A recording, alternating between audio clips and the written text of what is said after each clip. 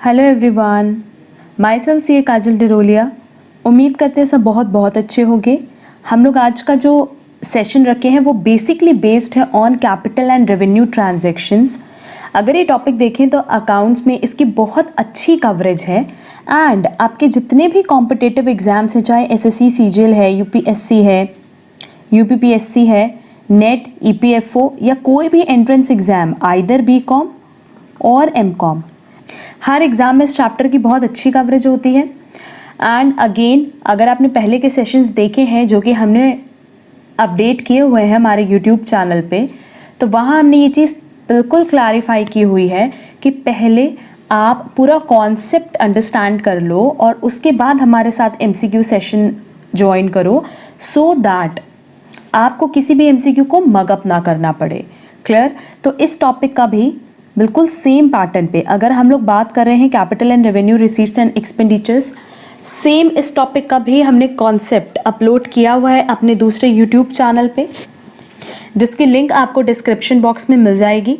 पहले आप वो कॉन्सेप्ट क्लियर कर लेना और उसके बाद ये एमसीक्यूज करना, तो कहीं पे भी आपको कोई प्रॉब्लम नहीं होगी कॉन्सेप्ट को लेकर के एंड बहुत ही ईजिली आप सारे क्वेश्चन सॉल्व कर पाओगे। तो चलो हम लोग स्टार्ट करते हैं अपना आज का सेशन, जो कि बेसिकली बेस्ड है on MCQs of capital and revenue receipts and expenditures. पहले आप कॉन्सेप्ट कर लेना, ठीक है? अब उसके बाद हम लोग क्वेश्चन स्टार्ट कर रहे हैं। देखो, हमारा पहला क्वेश्चन है, an expenditure is capital in nature when. Capital की बात कर रहा है और वो भी खर्चा। तो थोड़ा बहुत हम आप लोग को रिविजन करवा दे रहे हैं कि बैलेंस शीट में जो भी चीज़ें असेट साइड आती हैं वो क्या है, कैपिटल एक्सपेंडिचर। और कैपिटल एक्सपेंडिचर मतलब सिंपली क्या कि एक ऐसा खर्चा जिसका बेनिफिट हमें बहुत टाइम तक मिले। क्लियर? देखते हैं ऑप्शन क्या दिया है। The receiver of the amount is going to treat it for the purchase of fixed assets, it increase the quantity of fixed assets, it is paid as interest on loan for the business, और it is maintain a fixed asset. तो simply देखो, अगर हम लोग capital expenditure की बात करें तो कैपिटल एक्सपेंडिचर से हमेशा आपको किस चीज़ का बेनिफिट होता है कि जो आपका असेट है आइदर वो इंक्रीज होगा या आपकी जो लायबिलिटी है वो डिक्रीज होगी। यही दो बेनिफिट मिलता है। तो पहला और आखिरी तो नहीं होगा। अब बाकी दोनों ऑप्शन देखते हैं। It increases the quantity of fixed assets और it is paid as interest on loan for the business. तो but obvious B exact answer है, जहाँ पे ये बता रहा है कि कैपिटल एक्सपेंडिचर एक ऐसा खर्चा है जो कि हमारे फिक्स्ड असेट्स को बढ़ाता है। और फिक्स्ड असेट्स क्यों मेंशन है? क्योंकि हमने पहले ही बताया कि एक ऐसा खर्चा जिसका बेनिफिट हमें लॉन्ग रन में मिलेगा। अगर हम लोग करंट एसेट की बात करें तो करंट एसेट में बेसिकली क्या होता है कि बेनिफिट फॉर अ ईयर होता है। क्लियर? तो आंसर हो जाएगा B. Next, capital expenditure are recorded in the, देखने की भी जरूरत नहीं ऑप्शन, अभी हमने बताया कि हम इसको कहाँ रिकॉर्ड करते हैं, बैलेंस शीट में। और हम बार बार बता रहे हैं कि पहले आप डिस्क्रिप्शन बॉक्स में जाके जो हमने लिंक दी है उससे आप कैपिटल एंड रेवेन्यू ट्रांजैक्शन का कॉन्सेप्ट पूरा क्लियर कर लो। बहुत बेसिक सी क्लास हमने अपलोड की हुई है। उसके बाद आप ये एमसीक्यूज करना, कहीं पे भी आपको कोई प्रॉब्लम नहीं होगी। नेक्स्ट क्वेश्चन देखेंगे, which of the following transaction is of capital nature. Capital nature मतलब हमेशा याद रखना जिसका बेनिफिट हमें लॉन्ग रन में मिलेगा, that is for more than 1 year, जिस चीज़ का हमें बेनिफिट मिले। Purchases of a truck, replacement of old trucks, cost of repairing of truck और all of the above. But obvious A, क्योंकि जब हम ट्रक खरीद रहे हैं मतलब हम फिक्स्ड एसेट खरीद रहे हैं और फिक्स्ड एसेट का बेनिफिट तो हमें कई सालों तक मिलना होता है। Clear? Next, ₹5,000 incurred for upgradation of computer by installation of 128 MB RAM। आपने एक रैम इंस्टॉल किया है, वो कितने का है? 5,000 का। उससे फ़र्क नहीं पड़ता, बट उससे हुआ क्या कि आपका जो कंप्यूटर है वो अपग्रेड हो गया। अपग्रेड मतलब अपडेट हो गया। एंड अगर वो अपग्रेड हो रहा है तो नो डाउट उसकी लाइफ भी इंक्रीज होगी, उसकी यूजफुल लाइफ भी इंक्रीज होगी। तो ये किस तरह का खर्चा हो जाएगा? But obvious capital, that is capital expenditure.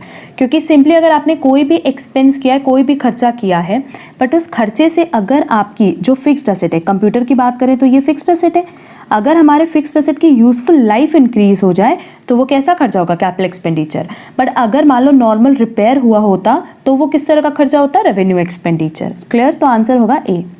Next, entrance fees of ₹20,000 received by a club. अब क्लब मतलब नॉन प्रॉफिट ऑर्गेनाइजेशन की बात हो रही है। अगर उन्होंने एंट्रेंस फीस रिसीव्ड किया है तो generally entrance fees one time fees होती है, इसीलिए रेकरिंग नेचर की तो होती नहीं है। एंट्रेंस फीस कैसी फीस है? नॉन रेकरिंग नेचर कि एक बार, जैसे अगर मान लो जनरली होता है ना, किसी कोचिंग सेंटर में अगर हम लोग एडमिशन लेते हैं तो हम लोग को एडमिशन फीस देनी होती है, एंट्रेंस फीस देनी होती है, तो वो वन टाइम होती है ना, ऐसा थोड़ी कि हर साल आप वो फीस पे करोगे। तो वो नॉन रेकरिंग नेचर का है, और नॉन रेकरिंग नेचर मतलब जो बार बार आकर नहीं करता। तो बट ऑब्वियस वो किस नेचर का है?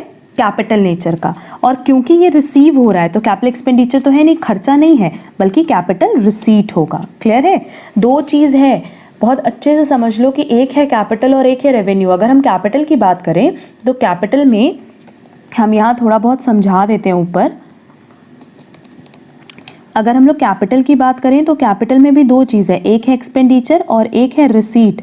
एक्सपेंडिचर मतलब एक ऐसा खर्चा जिसका बेनिफिट हमें कई सालों तक मिलेगा, और कैपिटल रिसीट मतलब ऐसी इनकम, मतलब ऐसा हमें कुछ रिसीव हो रहा है जिसका पेमेंट हमें कई सालों तक करना होगा। लेट्स से बैंक लोन, अगर हम बैंक से लोन लेते हैं तो होगा क्या कि आज तो हमें पैसे मिल जाएंगे, मान लो 5 लाख 10 लाख, बट इसका पेमेंट हमें कई सालों तक करना होता है। क्लियर? तो कैपिटल रिसीट हम लोग को लगता क्या है कि बैलेंस शीट में ये साइड कैपिटल रिसीट होगा और ये कैपिटल एक्सपेंडिचर होगा, बल्कि ऐसा नहीं होता।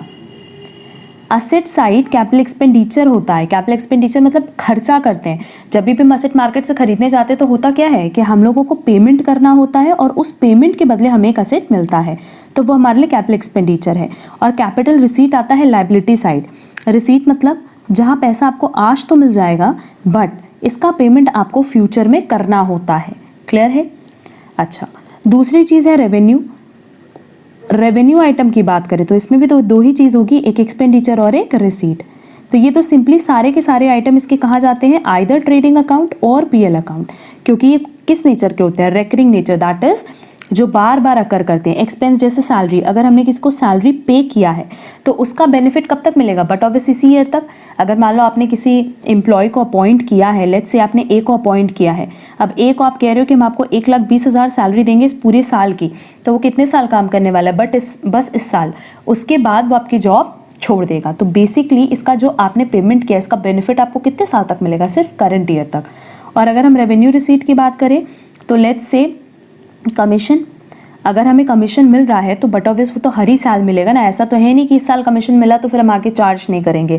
तो एक ऐसी रिसीट जिसका बेनिफिट हमें सिर्फ करंट ईयर तक मिलेगा।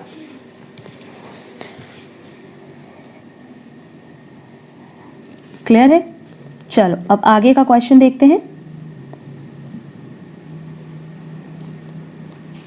Next, life membership fees received by a club. Again life membership fees बोल रहा है, और अगर हम क्लब की बात करें तो ये नॉन प्रॉफिट ऑर्गेनाइजेशन है।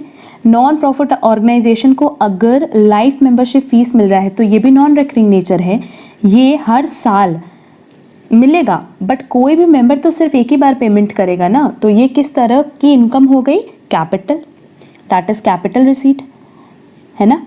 और ये रिसीट क्यों है? क्योंकि नॉन प्रॉफिट ऑर्गेनाइजेशन की जो लाइफ मेंबरशिप फीस मिलेगी किसी भी मेंबर से, तो बदले में उस नॉन प्रॉफिट ऑर्गेनाइजेशन को ड्यूरिंग मेंबर्स लाइफ उनको सर्व करना पड़ेगा। मतलब एनपीओ उनको बेनिफिट देगा कब तक? लाइफ टाइम तक। क्लियर है? तो ये कैपिटल रिसीट है, क्योंकि एनपीओ को मिल रहा है तो बट ऑब्वियस रिसीट होगा, बट किस नेचर का है? कैपिटल नेचर का। Next, cost of goods purchased for resale is an example of, देखो सिंपली आपने गुड्स खरीदा और उसको बेचा, तो जब आप गुड्स खरीद करके बेच दे रहे हो तो उसका बेनिफिट आपको कब तक के लिए मिलेगा? सिर्फ करंट ईयर के लिए, है ना। तो जो आपने गुड्स खरीदा है तो बेसिकली ये एक्सपेंस तो है, दैट इज एक्सपेंडिचर तो है, बट किस नेचर का है? Revenue expenditure. क्योंकि अगर हमने गुड्स खरीदा और इसी साल बेचा, या कभी भी बेचा, मान लो इस साल गुड्स खरीदते हैं तो जनरली इसी साल सेल कर देते हैं, तो गुड्स खरीद करके बेचोगे तो बट ऑब्वियस इसी साल के लिए तुम्हें फ़ायदा होना है। ऐसा नहीं कि एक बार गुड्स खरीद लिया तो उसका लाइफ लॉन्ग बेनिफिट मिलने वाला है। क्लियर? तो एक्सपेंडिचर तो है, बट कैसा? Revenue expenditure. Next, import duty of raw material purchased. अब देखो यहाँ पे कह रहा है इम्पोर्ट ड्यूटी हम पे कर रहे हैं, दैट इज एक टैक्स पे कर रहे हैं, बट किस पे? रॉ मटेरियल परचेस्ड पे। और रॉ मटेरियल हमारे लिए क्या होता है? बेसिकली ये एक मटेरियल है जो कि हम खरीद रहे हैं।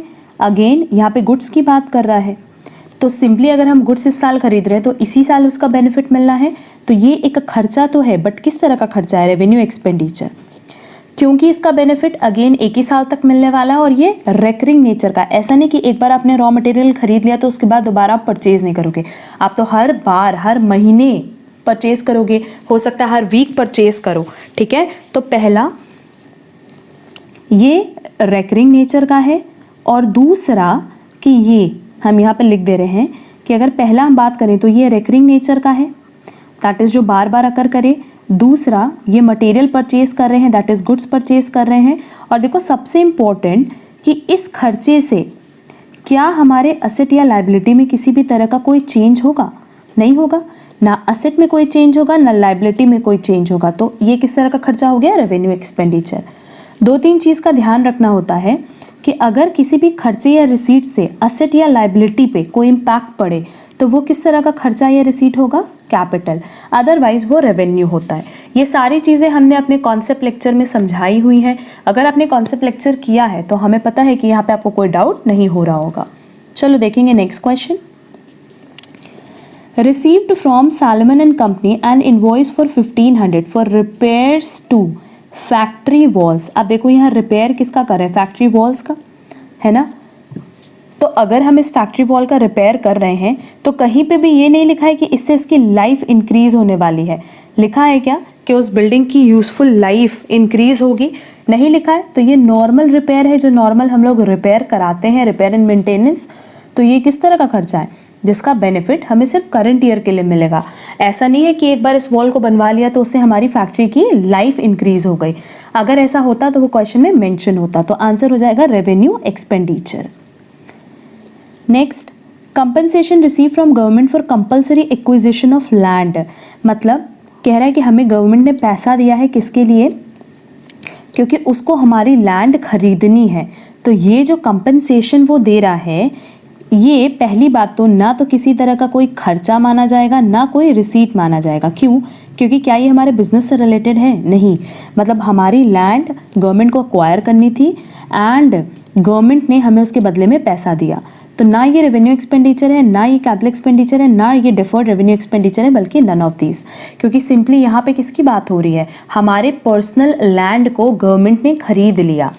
यहाँ पे बेसिकली क्या हुआ कि गवर्नमेंट ने हमारी पर्सनल लैंड परचेज की है, तो वो हमारे बिजनेस से रिलेटेड तो कोई खर्चा या रिसीट नहीं है ना। और जब हम लोग बात करते हैं आइदर कैपिटल की और रेवेन्यू की, तो ये हम लोग कब बात कर रहे हैं, ये बाइफर्केशन हमें तब चाहिए जब हम कोई बिजनेस रन कर रहे हो। क्लियर? तो आंसर हो जाएगा none of these. Next, all revenue receipts and expenditures are shown in, पहले बताए अगर रेवेन्यू है तो ट्रेडिंग पीएल में, और यहाँ कैपिटल पूछता तो आंसर क्या हो जाता, balance sheet. Next, a bad debt recovered during the year will be, अगर बैड डेट इस साल रिकवर हो रहा है तो इसका बेनिफिट कब तक रहेगा, इसी साल रहेगा। और अगर आप लोग को याद हो तो ये हम लोग कहाँ दिखाते थे, पीएल अकाउंट में क्रेडिट साइड दिखाते थे ना, बाय बैड डेट रिकवर्ड, याद है। तो ये एक तरह की इनकम हो गई जो कि साल में कई बार अकर कर सकती है और इसका बेनिफिट हमें सिर्फ करंट ईयर तक मिलेगा। तो किस तरह की रिसीट है, revenue receipt. Next, insurance claim received on account of machinery damaged completely by fire is, देखो इंश्योरेंस क्लेम मिल रहा है, और ये इंश्योरेंस क्लेम क्यों मिल रहा है, मशीनरी पे मिल रहा है। तो मशीनरी हमारे लिए क्या है, फिक्स्ड एसेट है, और इस इंश्योरेंस क्लेम से भी हम क्या खरीदने वाले हैं, फिक्स्ड एसेट खरीदने वाले हैं, जिसका बेनिफिट हमें लॉन्ग रन में मिलेगा। क्लियर? पहली चीज़। और दूसरी चीज़ कि नॉन रिकरिंग नेचर का है, तो आंसर हो जाएगा कैपिटल रिसीट, कि इसका जो हमें इन्वेस्टमेंट है वो कहाँ करना है, फिक्स्ड एसेट में ही करना है, और हमें ये पैसा किसकी वजह से मिला है, फिक्स्ड एसेट की वजह से। Next, amount of 5000 spent as lawyers fees to defend a suit claiming that the firm's factory site belong to the plaintiff's land is, देखो अब सिंपली यहाँ पे क्या बोला है कि हमने 5000 स्पेंड किया है किस pay, lawyer pay, to defend a suit claiming that the firm's factory site belong to the plaintiff land. अब देखो यहाँ पे दो पार्टी है, एक होती है प्लेंटिफ और एक होती है डिफेंडेंट। इसका भी मतलब तुम लोग समझ लो, प्लेंटिफ वो पार्टी होती है जो कि केस फाइल करती है, और डिफेंडेंट वो पार्टी होती है जो खुद को डिफेंड करती है। तो सिंपली प्लेंटिफ मतलब एक पर्सन ने आप पे, मान लो प्लेंटिफ ए है और डिफेंडेंट बी है, मान लो ए ने बी पे केस फाइल किया, मान लो ए ने बी पे केस फाइल किया और ए ने बोला क्या कि बी की जो फैक्ट्री है वो हमारी लैंड पे बनी हुई है। क्लियर? अब क्योंकि ए ने केस फाइल कर दिया है बी पे, तो बी को नो डाउट कोई लॉयर अपॉइंट करना पड़ेगा ना, और ये लॉयर वो किस लिए अपॉइंट करेगा? सो दैट उसके अगेंस्ट ये जो suit that is case file हुआ है उसमें वो इस लॉयर की हेल्प ले सके। तो अगर यहाँ पे मान लो वो केस जीते या केस हारे, क्या उससे उसकी फैक्ट्री की जो वैल्यू है या फैक्ट्री की जो यूजफुल लाइफ है वो इंक्रीज होने वाली है? नहीं, उसे कहीं पे भी कोई असेट लायबिलिटी इंक्रीज डिक्रीज नहीं होगा। क्लियर? तो ये खर्चा तो है, पर किस तरह का खर्चा है? Revenue, that is B, revenue expenditure. Clear है? Next, money spend 10,000 as travelling expenses of the directors on trips abroad for purchase of capital asset. तो बेसिकली ये 10,000 हम किस लिए स्पेंड कर रहे हैं? ट्रैवलिंग के लिए। मतलब ये 10,000 रिलेटेड टू ट्रैवलिंग है, बट इसका पर्पस क्या है कि उनको परचेज करना है कैपिटल एसेट। और अगर हम कैपिटल एसेट परचेज करें तो नो डाउट हमें इसका बेनिफिट, पहली चीज़, बहुत टाइम तक मिलेगा, लॉन्ग टर्म तक मिलेगा, पहली चीज़। दूसरी चीज़, ये नॉन रेकरिंग नेचर का है, क्योंकि ऐसा तो नहीं है कि साल में हर दिन उठ करके हम चल देंगे असेट खरीदने। और तीसरा और सबसे ज़्यादा इम्पॉर्टेंट कि इससे असेट या लाइबिलिटी पे कुछ ना कुछ इम्पैक्ट पड़ेगा। क्या इम्पैक्ट पड़ेगा? असेट खरीद रहे हैं तो असेट इंक्रीज हो जाएगा। क्लियर है? तो ये खर्चा तो है, बट किस तरह का खर्चा है? Capital expenditure. Next, question number 16 repeat हो गया है, तो 16 का बट ऑब्वियस ए है, अभी हमने डिस्कस किया है। Next,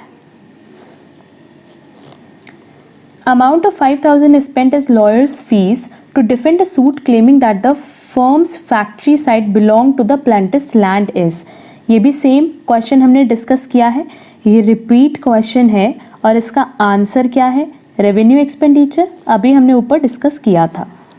next, entrance fees of 2,000 receive by Ram and Shyam social club is. Entrance fees की बात करें, अगेन सेम पैटर्न पे क्वेश्चन हमने ऑलरेडी अभी डिस्कस किया, ये कैपिटल रिसीट है। Next, subsidy of 40,000 receive from the government for working capital by a manufacturing concern is. Question में कह रहा है कि गवर्नमेंट हमें कुछ सब्सिडी का पेमेंट कर रही है, और हम कौन है? बेसिकली मैन्युफैक्चरिंग कंसर्न, जो कुछ बना करके मार्केट में सेल कर रही हैं। मतलब आप चाहे तो कुछ खरीद करके मार्केट में उसको सेल कर सकते हो, या आप रॉ मटेरियल खरीदते हो उसको फिनिश गुड में कन्वर्ट करके मार्केट में सेल कर सकते हो। तो गवर्नमेंट आपको ये सब्सिडी क्यों दे रही है? For working capital.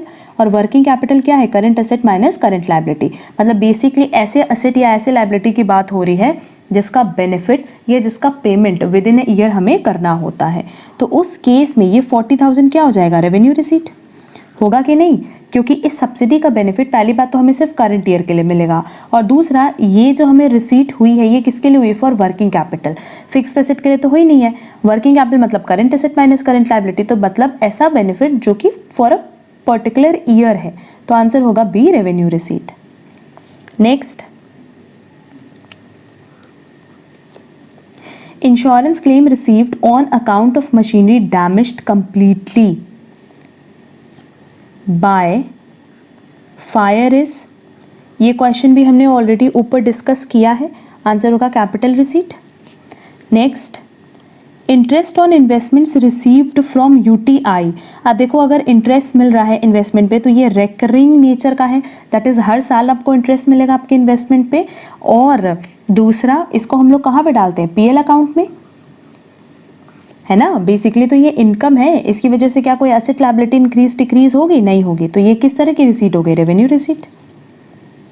तुम लोग इस तरीके से भी याद कर सकते हो ना कि जो भी खर्चे हैं या जो भी इनकम है, अगर आपको याद है कि वो ट्रेडिंग पीएल में जाता है या बैलेंस शीट में जाता है, किस साइड जाता है, तो अकॉर्डिंगली भी आप ये डिसाइड कर सकते हो कि वो रेवेन्यू नेचर का है, कैपिटल नेचर का है, या कि वो किस नेचर का है, रेवेन्यू नेचर का या कैपिटल नेचर का है। ठीक। Next, amount receive from IDBI as a medium term loan for augmenting working capital is. तो बेसिकली आप लोन ले रहे हो मार्केट से, और जब भी हम लोन लेते हैं, अभी हमने एग्जांपल दिया था बैंक लोन का, कि इस लोन से हमें पैसे तो मिलेंगे बट हमें उसका पेमेंट लॉन्ग रन में करना होता है। तो हमारे लिए कैसी रिसीट हो गई? Capital receipt. Next, revenue from से, और उसके अलावा लोन अगर आप मार्केट से ले रहे हो तो उसकी वजह से आपके असेट और लायबिलिटी पे भी तो इम्पैक्ट पड़ेगा, लायबिलिटी इंक्रीज हो जाती है। Clear? Next, revenue from sale of products ordinarily is reported as part of the earning in the period in which. Revenue अगर हम बात करें, रेवेन्यू मतलब जब हम मार्केट में कोई गुड्स सेल करते हैं उससे 10 रुपये अगर हमें अर्न होना है तो ये 10 रुपये हम बुक्स में कब रिकॉर्ड करेंगे। देखो एक चीज़ का तो तुम लोग ध्यान रखना कि अगर मान लो उसमें से 5 रुपये मिला है और 5 रुपये नहीं मिला है, मतलब कुछ कैश पे किया है कुछ क्रेडिट पे किया है, तो भी हम मिला करके पूरा बुक्स में रिकॉर्ड करते हैं। तो जिस साल की सेल होगी उसी साल तो हम बुक्स में रिकॉर्ड करते हैं, that is the sale is made. Cash basis पे तो वैसे भी हम बुक्स बनाते नहीं है, बुक्स हम बनाते हैं ऑन अक्रूवल बेसिस पे। Next, if repair cost is 25,000, whitewash expenses are 5,000. Both these expenses related to presently used building. Cost of extension of building is 2,50,000 and cost of improvement in electrical wiring is 19,000. The amount to be expensed is, expensed की बात किया है मतलब किसकी बात कर रहा है, रेवेन्यू की, है ना। तो देख लेते हैं, देखो रिपेयर कॉस्ट 25,000 है और वाइट वॉश एक्सपेंसेस कितना है 5,000, बाकी बिल्डिंग के एक्सटेंशन में 2.5 लाख लगा, इंप्रूवमेंट में 19,000 लगा, तो ये 2.5 लाख और 19,000 क्या होगा, कैपिटल, क्योंकि इसका बेनिफिट हमें लॉन्ग रन में मिलेगा। रीजन बीइंग कि इससे जो बिल्डिंग की यूजफुल लाइफ है वो इंक्रीज हो जा रही है। तो 2,50,000 प्लस 19,000 दैट इज 2,69,000, ये हमारा क्या हो गया, कैपिटल एक्सपेंडिचर। एंड अगर हम रिपेयर कॉस्ट और वाइट वॉशिंग की बात करें तो हर ही साल हमें रिपेयर कराना होता है और हर साल वाइट वॉशिंग करानी होती है। और बेसिकली ये रिपेयर और वाइट वॉशिंग किसके लिए हुई है, जो बिल्डिंग करेंटली यूज्ड हो रही है, और कहीं क्वेश्चन में मेंशन नहीं किया कि इससे उसकी यूजफुल लाइफ इंक्रीज होगी। तो सिंपली ये 30,000 तो एक्सपेंस है, बट किस तरह का एक्सपेंस है, रेवेन्यू एक्सपेंस। तो आंसर हो जाएगा सी 30,000। और क्वेश्चन में बोला अमाउंट टू बी एक्सपेंस्ड, एक्सपेंस्ड मतलब ही किसकी बात कर रहा है, रेवेन्यू की। क्लियर है? चलेंगे नेक्स्ट क्वेश्चन पे। नेक्स्ट क्वेश्चन, अब ये देखो फिल इन द ब्लैंक्स है, तो फिल इन द ब्लैंक्स हमने पहले भी बताया था कि इससे भी एमसीक्यूज बन सकते हैं। एंड हमारा कॉन्सेप्ट क्लियर है तो हमारे पास कुछ और क्वेश्चंस मिल जाते हैं प्रैक्टिस के लिए। ठीक है, बेसिकली एग्जाम में एमसीक्यूज ही आते हैं, चाहे आप एमकॉम एंट्रेंस की बात करो, बीकॉम एंट्रेंस की बात करो या किसी भी कॉम्पिटेटिव एग्जाम की बात करो। ठीक है, चलो पहला क्वेश्चन है revenue receipts are shown in. अगर हम रेवेन्यू आइटम की बात करें तो हमने पहले ही बता दिया कि हम इसको ट्रेडिंग एंड पीएल में दिखाते हैं, तो आंसर हो जाएगा trading and PL account. Clear? Next, any donation receive for a specific purpose is. पहले ये डिसाइड कर लेते हैं कि जो स्पेसिफिक डोनेशन होता है, आपने अगर हमारी एनपीओ की एमसीक्यू सेशन देखे हैं तो वहाँ हमने इस चीज़ को क्लैरिफाई किया है कि जो स्पेसिफिक डोनेशन होता है वो बैलेंस शीट में लायबिलिटी साइड जाता है। तो सबसे पहले अगर हम बात करें स्पेसिफिक डोनेशन की तो ये क्या है, लायबिलिटी है, और क्योंकि ये लायबिलिटी है तो फिर हम इसको कैसे जस्टिफाई करेंगे, कैपिटल रिसीट की तरफ। हमने पहले भी बताया ना कि आप पहले ये समझ लो कि वो असेट है, लायबिलिटी है या वो ट्रेडिंग पेल आइटम है। अगर वो ट्रेडिंग पेल आइटम है तो सिंपली वो क्या हो जाएगा, रेवेन्यू। बट अगर वो बैलेंस शीट आइटम है, लायबिलिटी साइड है तो कैपिटल रिसीट, असेट साइड है तो कैपिटल एक्सपेंडिचर। क्लियर है? Next, capital expenditure provide dash benefit, but obvious हमें पता है कि ये लॉन्ग टर्म के लिए हमें बेनिफिट प्रोवाइड करता है, तो आंसर क्या हो जाएगा, लॉन्ग टर्म बेनिफिट या long period benefit. Clear? Next, amount receive from a bank as a mid term loan for working capital. Simply अगर हमने लोन लिया तो हम इसको कहाँ दिखाते हैं बेटा, बैलेंस शीट में लायबिलिटी साइड दिखाते हैं लोन, और अगर बैलेंस शीट में लायबिलिटी साइड दिखाया है तो सिंपली क्या हो जाएगा, कैपिटल रिसीट। और ऐसे भी देख सकते हैं कि इसका पेमेंट हमें फ्यूचर में करना होगा, लॉन्ग टर्म तक पेमेंट करते हैं, एक साथ हम पेमेंट नहीं करते। Next, 3,500 spent on painting new factory is. अगर हम न्यू फैक्ट्री पेंट कर रहे हैं तो न्यू फैक्ट्री के साथ जितने भी खर्चे होते हैं ना, हम उन सबको कैपिटलाइज करते हैं। हमेशा याद रखना कि अगर आप मार्केट से कोई भी नया एसेट खरीदे हो या कोई नई बिल्डिंग बनवा रहे हो, कोई नई फैक्ट्री बनवा रहे हो, तो उससे रिलेटेड स्टार्टिंग के जितने भी खर्चे होते हैं सब कैपिटलाइज होते हैं। जैसे बिल्डिंग है तो उसकी वाइट वॉशिंग एक्सपेंसेस अगर न्यू बिल्डिंग की है तो कैपिटलाइज होगा, ओल्ड बिल्डिंग का है तो रेवेन्यू आइटम होगा। न्यू फैक्ट्री से रिलेटेड है तो कैपिटलाइज करेंगे, तो आंसर क्या हो जाएगा, capital expenditure. Clear? Next, extension to building occupied on lease for 5 years. अब देखो अगर हमने एक बिल्डिंग लीज पे ली है तो नो डाउट हम इसका थोड़ा थोड़ा करके पेमेंट करते रहेंगे। तो हमारे पास एक असेट आया बिल्डिंग, ठीक, और लीज पे लिया है तो हमें इसका मतलब क्या कि 5 साल तक उसका पेमेंट करना है। क्लियर? तो ये तो क्लियर है कि ये एक तरह का एक्सपेंडिचर है, बट ये किस तरह का एक्सपेंडिचर है? डिफर्ड रेवेन्यू एक्सपेंडिचर, क्योंकि इसको सिंपली देखो ना, हर साल का जितना हम खर्चा पे करें, जैसे मान लो 5 ईयर्स का आपको 5 लाख पे करना है, तो आप करंट ईयर का कितना पे करे हो? 1 लाख, और जो करंट ईयर से रिलेटेड है वो कहाँ जाता है? ट्रेडिंग पीएल में, दैट इज पीएल में, क्योंकि करंट ईयर के जितने भी खर्चे वो प्रॉफिट लॉस में जाते हैं। तो ये किस तरह का खर्चा हो गया? Deferred revenue expenditure. क्लियर है? ये याद रहेगा कि ये 5 लाख पूरा ना हम बैलेंस शीट में दिखाने वाले हैं ना ट्रेडिंग पीएल में, क्योंकि इसमें से 1 लाख इस साल का खर्चा है। तो इस तरह के खर्चे को, जिसमें से अब देखो इसमें करेंगे क्या कि जैसे 5 लाख है ना, तो फर्स्ट ईयर 4 लाख हम बैलेंस शीट में डालते हैं और बाकी 1 लाख हम कहाँ डालते हैं? पीएल में, क्योंकि वो इस करंट ईयर का खर्चा है। फिर अब ये जो 4 लाख बचा, नेक्स्ट ईयर क्या करेंगे? 3 लाख बैलेंस शीट में दिखाएंगे और 1 lakh profit and loss account में दिखाएंगे। तो इस तरह के खर्चे को हम कहते हैं deferred revenue expenditure. Clear? Next, 20,000 receive from an issue of further shares, the expenses of issue being 2,500। तो इसमें तो कोई दिक्कत नहीं है। अगर हम लोग बात करें कि 20,000 जो रिसीव हो रहा है वो कहाँ से हो रहा है? शेयर इशू करने से हो रहा है। तो आज अगर आप शेयर इशू कर रहे हो तो कल को आपको डिविडेंड के फॉर्म में बहुत टाइम तक शेयर होल्डर्स को पेमेंट करना होता है, और उनका ये जो पैसा आपने लिया है 20,000, ये भी तो रिटर्न करना होता है टाइम के साथ, है ना? तो ये रिसीट तो है, बट क्या कैसी रिसीट है? Capital receipt. और ये जो एक्सपेंसेस हमने दिए हैं उसके इशू के लिए, ये हमारा खर्चा है, ये भी हमारा एक खर्चा है, बट ये किस तरह का खर्चा है? डिफर्ड रेवेन्यू एक्सपेंडिचर, क्योंकि इशू करने का कितना है? 2,500। तो इसको भी धीरे धीरे थोड़ा थोड़ा करके हम बुक्स में राइट ऑफ करते हैं। क्लियर? Next, taxes paid. अगर हम टैक्स पे करें तो बट ऑब्वियसली ये रेवेन्यू एक्सपेंडिचर है, क्योंकि हम इसको कहाँ दिखाते हैं? पीएल में। करंट ईयर का टैक्स करंट ईयर का ही टैक्स हम सिर्फ दिखाते हैं बुक्स में, और ऐसा नहीं कि एक साल टैक्स पे कर दोगे तो उसका पेमेंट फिर आपको आगे नहीं करना पड़ेगा। तो ये किस तरह का खर्चा हो गया? Revenue expenditure. और दूसरा अगर देखा जाए तो उसको पीएल में भी दिखाते हैं। Next, revenue is generally recognised as being earned at that point of time when. अगर रेवेन्यू की बात करें तो हमने ऊपर बताया था ना कि हम उसको बुक्स में कब रिकॉग्नाइज करते हैं? जब सेल्स होगा। और रेवेन्यू किससे रिलेटेड होता है? सेल्स से। तो व्हेन सेल्स इज मेड और when sales is effected. Clear है?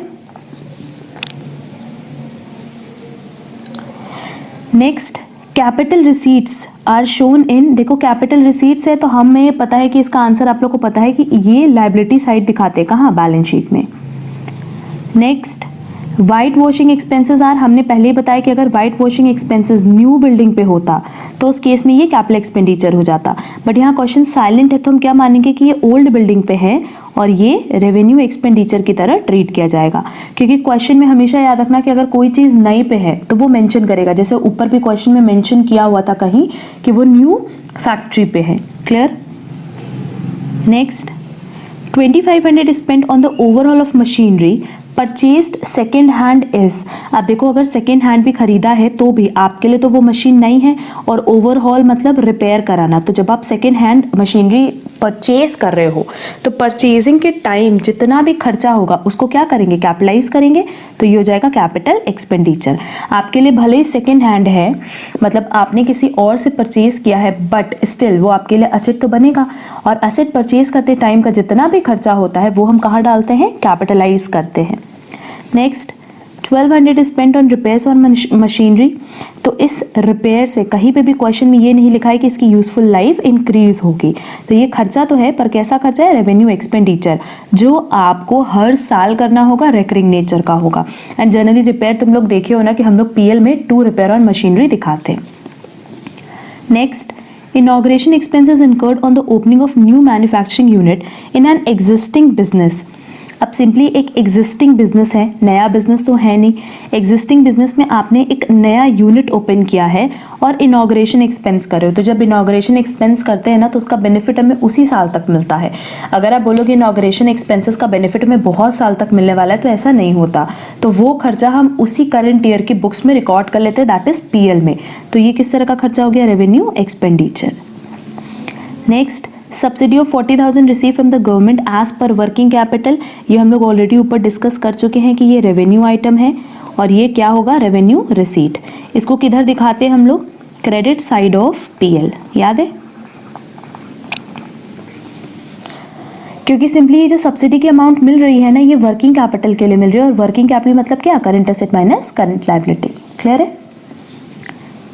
नेक्स्ट, अब ट्रू एंड फॉल्स भी देख ले रहे हैं, बट हम स्टिल दोबारा ये चीज़ रिपीट कर रहे हैं कि आप लोग एक काम ज़रूर करना कि पहले इसका पूरा कॉन्सेप्ट देख लेना, क्योंकि अगर हमें ये पता है कि capital receipt, capital expenditure, revenue receipt, revenue expenditure क्या है, तब तो हमें सबका आंसर क्लियरली समझ आएगा, अदरवाइज ये टॉपिक नहीं समझ में आएगा।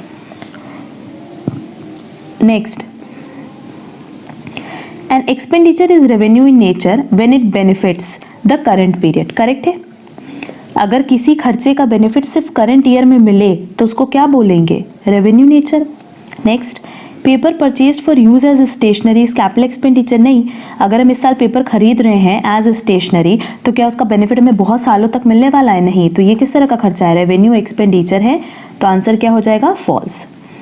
Next, purchase of machinery for sale is revenue expenditure.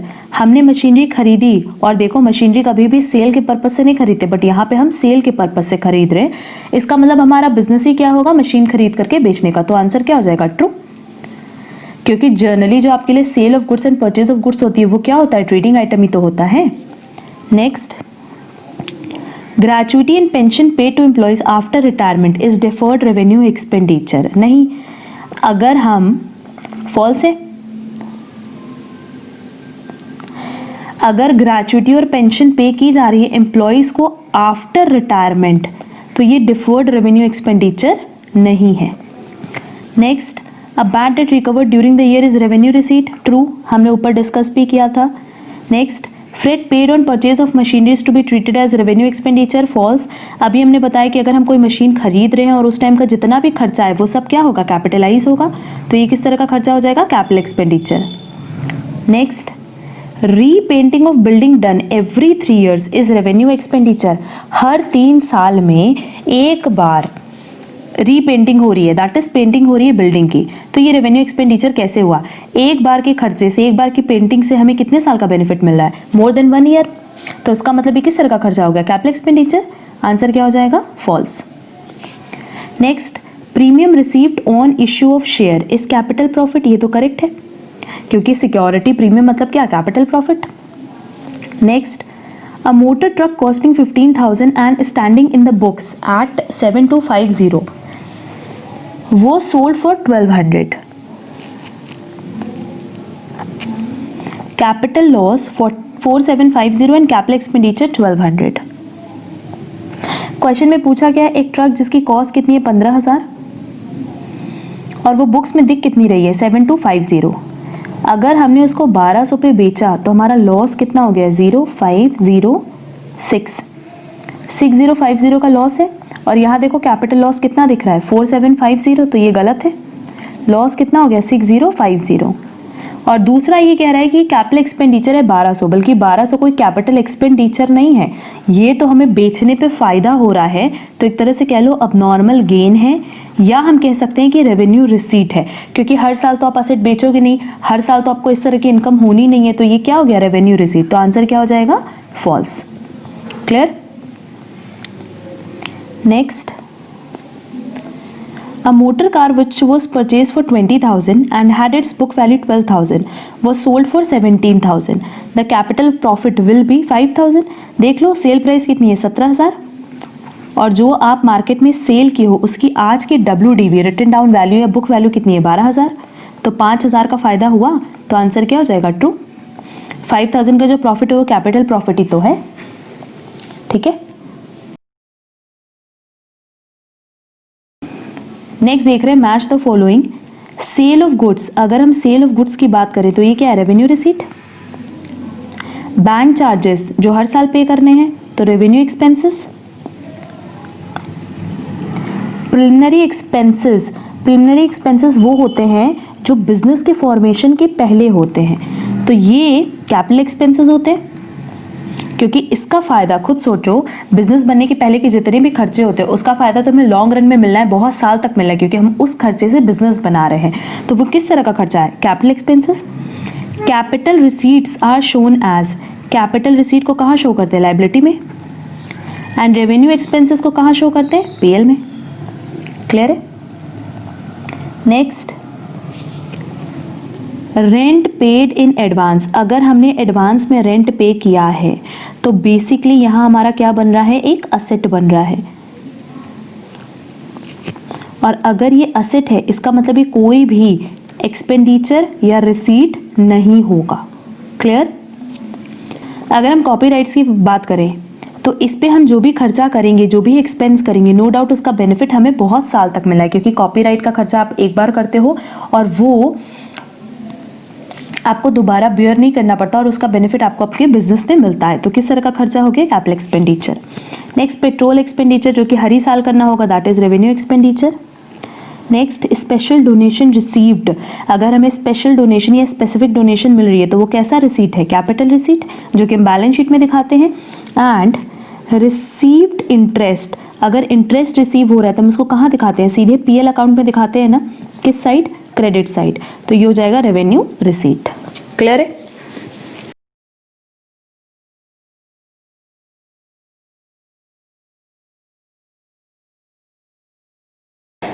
इस चैप्टर से हमारे पास इतने ही क्वेश्चंस थे, बट इस चैप्टर के लिए सबसे ज़्यादा इम्पॉर्टेंट है कि आप पहले इसका पूरा टॉपिक क्लियर कर लो, और उसकी लिंक हमने पहले भी बताया कि हम डिस्क्रिप्शन बॉक्स में प्रोवाइड कर देंगे।